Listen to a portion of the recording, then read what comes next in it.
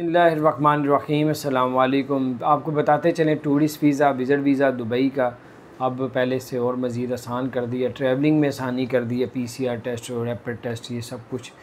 और उसके अलावा आसानी इसमें यह भी की गई है कि जो लोग उधर जाके बिज़नेस करना चाहते हैं उसके वीज़े में भी आसानी कर दी है। टूरिस्ट वीज़ा 5 साल का भी मिल सकता है आपको अगर आप ट्राई करें, और अगर आप वर्क वीज़ा ले लेते हैं तो 10 साल का भी वर्क वीज़ा ले सकते हैं। उसके अलावा गोल्डन वीज़े में और मज़ीद आसानियाँ कर दी हैं।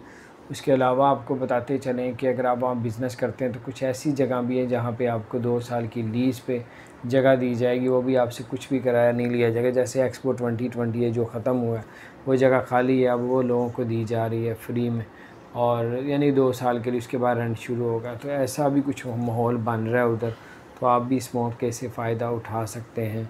तो आप टूरिस्ट वीज़े पे जाते हैं तो आप उधर जाके पहले ट्रैवल करते थे वीज़ा लेने के, यानी कि पक्का करवाने के लिए दूसरे मुल्क में जाना पड़ता था फिर वापस आ।